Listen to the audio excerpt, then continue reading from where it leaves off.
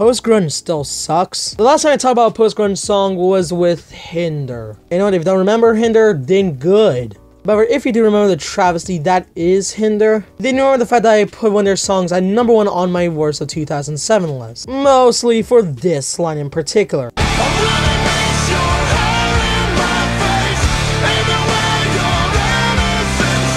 Just ew. However, besides that, there are more horrible post-grunge acts out there. I mean, there's Creed, Nickelback, Daughtry, and so many others. I can talk about a Nickelback song here. You know what? Let's do that. Actually, let's not. Let's talk about Hinder again. Yeah, that's right. I bamboozled y'all.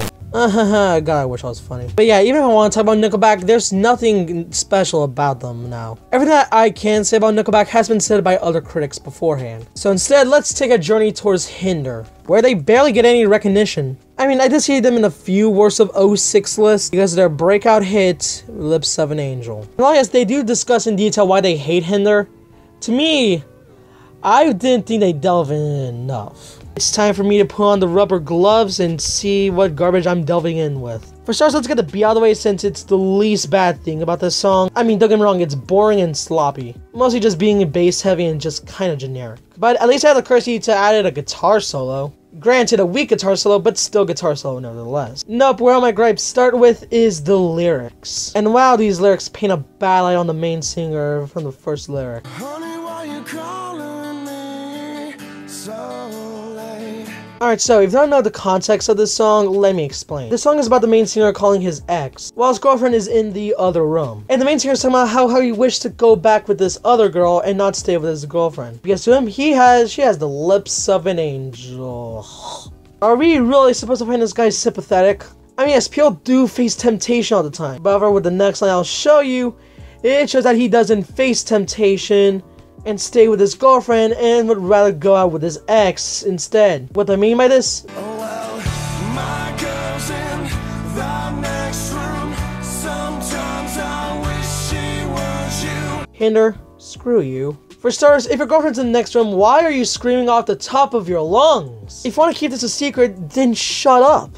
Or at least speak in a lower volume. However, onto the second sentence. Wow, you want me to punch you in the face so much, don't you? The line, I wish she was you. Besides that line and a few others, you barely give us any hint that this relationship is bad entirely on the girlfriend you have. And all it shows is just you are a jerk. I mean, I would swear, but I want to keep my monetization. But all you are is just a jerk in this song. All this shows that if your ex was there, you'll go back to her in a heartbeat. And the hook just goes on and on about how this girl is perfect and how the current girlfriend you have is very bad. And usually there's this case called show don't tell. And yeah, you should show us why the relationship is bad instead of telling us that, hey, it's just bad. Give us more detail, more insight on it instead of just saying it's bad and you want to go back to your ex. Because if anything, there was no real connection to begin with. This next line needs more context to talk about. No, I don't think she has a clue. This line was about the main singer asking his ex if her boyfriend can hear him.